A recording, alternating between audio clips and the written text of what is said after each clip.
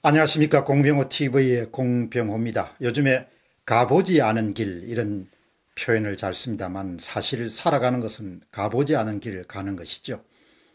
사람에 따라서 다르겠지만 지난 20년 조직을 떠나서 시장에서 삶을 개척해온 사람의 입장에서 보면은 살아가는 일은 늘 이랬습니다.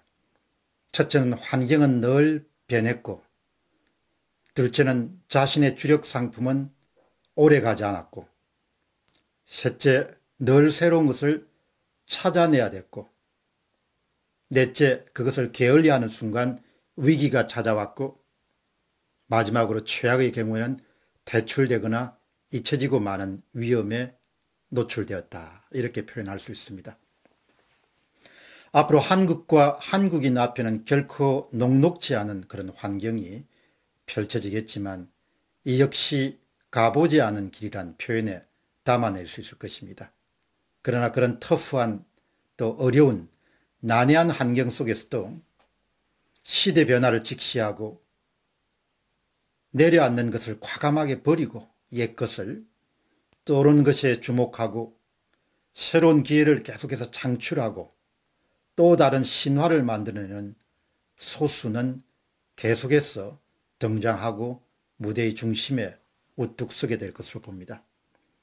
그럼에도 불구하고 평균적인 의미에서 보통 사람들이 당면하게 될 현실은 녹록하지 않고 무척 어려운 그런 형편이나 환경이 될 것으로 봅니다. 그것은 외부에서 비롯되는 것이라기보다도 더 큰 부분은 한국인 스스로 자초하거나 한국인 스스로 내부 혁신을 게을리하고 구조적인 문제에 눈을 감고 안일함과 타성으로 세월을 흘려보낸 대가가 될 전망이다. 이렇게 생각합니다. 지금 한국인들이 주목해야 될 게 뭐냐? 정말 좀 살림살이가 나아졌으면 좋겠다 그런 생각을 하시는 분이 많으실 텐데요. 그럼 앞으로 우리 살림살이가 좀 나아지겠냐? 이런 부분과 관련해서 한국인들이 주목해야 될 정말 중요한 부분을 다뤄보도록 하겠습니다. 관료주의는 문제를 복잡하게 만드는 속성을 갖고 있습니다. 관료주의의 반대말은 현장을 중시하는 현장주의다 이렇게 표현할 수 있습니다. 현장주의는 문제를 단순하게 명료하게 만드는 특성을 갖고 있습니다. 잘 살려면 혹은 오랫동안 무대의 중심에 우뚝 서서 활동하기를 원하면 항상 문제를 복잡하게 만들지 않고 간단하게 만드는데 익숙해져야 될 겁니다. 그것은 나라 차원에서 회사 차원에서 개인 차원에서도 마찬가지라고 봅니다. 그래야 해결책을 찾아낼 수 있기 때문입니다. 해법을 찾아낼 수가 있죠. 문제를 복잡하게 만드는 것은 개인이 선택할 사안이지만 문제를 복잡하게 만들면 해법을 찾아낼 수 없거나 또 엉뚱한 해법에 매달릴 가능성이 높죠. 그래서 정말 한국 사회에 지금 필요한 것은 문제를 간단 명료하게 정리하는 겁니다. 지금 한국 사회가 어려움을 겪는 것은 문제를 복잡하게 해석하거나 문제를 복잡하게 만드는데 빠져 있기 때문입니다. 8월 30일 날 오전 금융통화위원회 본회의를 마치고 이주열 한국은행 총재가 기자간담회를 열었습니다. 그동안 저는 이주열 한은 총재를 절제된 언어를 가지고 자신의 의견을 완곡하게 표현하는 사람이다. 그렇게 판단해 왔습니다. 항상 그가 예를 들면 중요한 통화위원회 같은 걸 마치고 사용하는 언어는 이 이상은 더 나가서는 안 되겠다. 이런 보수적인 한은맨의 자세가 완전히 몸에 배어 있습니다. 한치도 더 나아감이 없는 사람이다. 그런 판단을 자주 하게 됩니다. 그래서 이주를 하는 총재가 수장이 되고 나서는 설화 사건 같은 데 연루된 경우가 없었을 겁니다. 아주 중요한 두 문장을 이야기합니다. 여러분 귀를 기울여 보시기 바랍니다. 재정의 규모도 규모지만 재정을 어떻게 운용하는가, 용처도 상당히 중요합니다. 생산성 높이는 방향으로 우선순위를 둘 필요가 있습니다. 기자들 앞에서 한 이야기입니다. 재정의 규모가 중요하지만 생산성을 높이는 방향으로 우선순위를 둬야 된다. 이 짧은 문장에 한국이 당면하고 있는 문제, 해결해야 될 문제, 그리고 한국의 미래상이 고스란히 담겨 있습니다.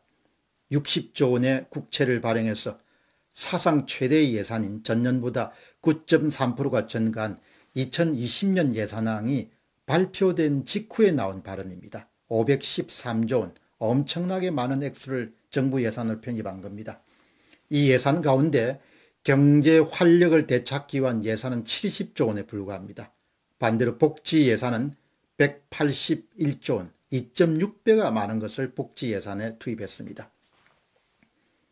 경제가 어려운 상황에서 재정이 경제 활력의 마중물 역할을 하는데 투입되지 않고 득표에 도움이 되는 것, 그러니까 한 번 쓰면 사라지는 일회성 지출에 투입되는 것을 두고 이야기를 하였을 거다, 이렇게 생각합니다. 한국은 생산성을 끌어올리는 국가적 프로젝트에 성공할 수 있을까? 현재의 정치 구조와 현재의 사회 분위기를 미뤄보면 성공 가능성은 아주 낮다고 저는 판단하고 있습니다. 결과적으로 한국의 자원 낭비는 파열음이 울릴 때까지 계속해서 국가의 귀한 자원을 낭비하는 일을 계속해 나갈 겁니다. 그에 따라서 국가 채무나 국가 부채는 계속해서 빠른 속도로 증가하겠죠. 결국 한국인들의 생산성 개혁이란 과제에 실패하고 지출을 급증시킨 결과는 아주 어려운 상태로 한국인을 인도할 것으로 봅니다. 한국과 한국인들이 한 번도 가보지 않은 길이 있다면 그 길은 생산성 향상 프로젝트의 실패, 자원 낭비의 일상화, 그리고 국가 부채의 급증 등과 맞물려서 일어날 것으로 봅니다. 그런 상황을 여러분들의 염두에 두시고 각자가 자기가 있는 위치에서 나름의 방법을 찾도록 최선을 다해야 될 겁니다. 현재와 같은 그런 정치 구조화에서는 어려운 상황이 도달하기 전에 정치가 해결책을 찾기는 아주 어려운 그런 우리가 상황에 놓여 있지 않겠느냐, 그런 생각을 하게 됩니다. 따라서 한국 사회는 각자가 알아서 이런 위급 상황을 예상하고 준비하고 대비해야 되지 않겠느냐, 그런 생각을 하게 됩니다. 사회 차원에서 공짜 점심을 줄이고 그 다음에 생산성이 낮은 사람들을 고용하는 것을 강제하고 자신의 생산성을 웃도는 임금을 법령으로 강제하고 10명이 해야 될 20명을 뽑고 30명을 뽑고 40명을 일자리 창출이라는 명목으로 기관이나 기업에 떠넘기고 이런 종류의 일들은 앞으로 한국이 계속해서 어려움을 당하기 전까지 지속될 수밖에 없을 것이다. 그래서 오늘 이 방송을 들으신 분들은 국가가 도와줄 수 있는 것이 제한적이라 보다도 오히려 국가 자체가 건강한 양식을 갖고 있는 시민들에게는 우한 덩어리가 될 수 있는 가능성이 굉장히 높은 그런 상황을 우리가 맞이하지 않겠느냐, 그런 생각을 하게 됩니다. 정신을 똑바로 차리고 그런 최악의 상황에서 어떻게 자신과 가족과 회사를 보존할 것인가라는 문제를 고민을 하고 행동에 나서야 될 때라고 봅니다. 공병호 TV의 공병호였습니다. 감사합니다.